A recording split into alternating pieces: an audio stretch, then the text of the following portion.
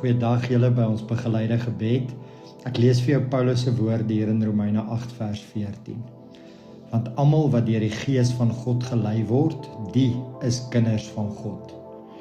Hier sê Paulus nie almal wat reg lewe of almal wat sterk glo of almal wat kerk toe gaan nie. Hy sê almal wat gelei word.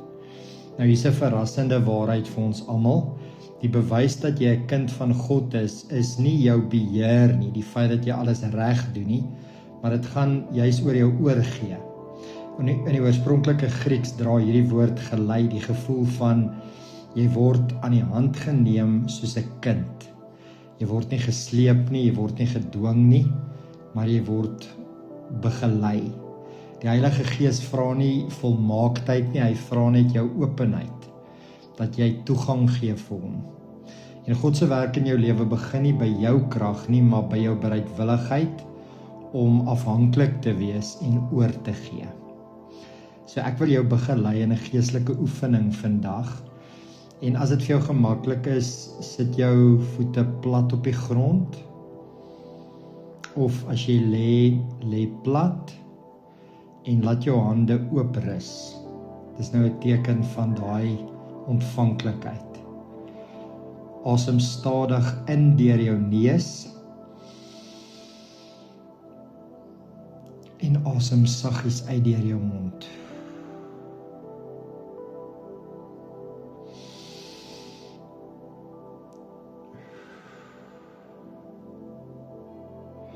Met elke inasem fluister stil, Heilige Gees,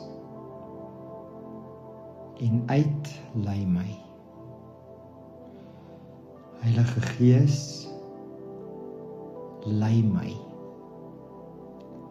Hierdie woorde het niks te doen met 'n poging nie, maar alles met 'n uitnodiging. En as daar gedagtes kom wat jou gedagtes wil oorneem, laat dit verbygaan, dat dit soos wolke verbywaai, verby jou. En kom ons gaan dan nou in 'n tyd van gebed in.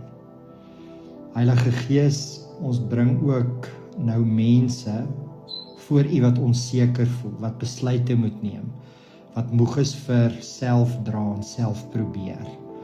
Here, lei hulle, nie met druk nie, maar met U ligte hand van leiding, nie met vrees nie, maar met vrede.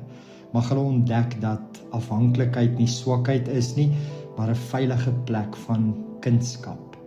Ons vertrou U werk in mense se lewens, selfs waar hulle dit nog nie kan sien nie. Vader, en dan wil ek vir U dankie sê dat U so naby is. Dankie dat U Gees reeds hier by ons is. Here, U wag nie dat ons moet beter presteer nie, maar saam met ons wandel, net soos wat ons is. Ons rus in U leiding, ons vertrou U stem en ons behoort aan U. Here, dankie dat ons dit kan bid in die wonderlike naam van Jesus. Amen.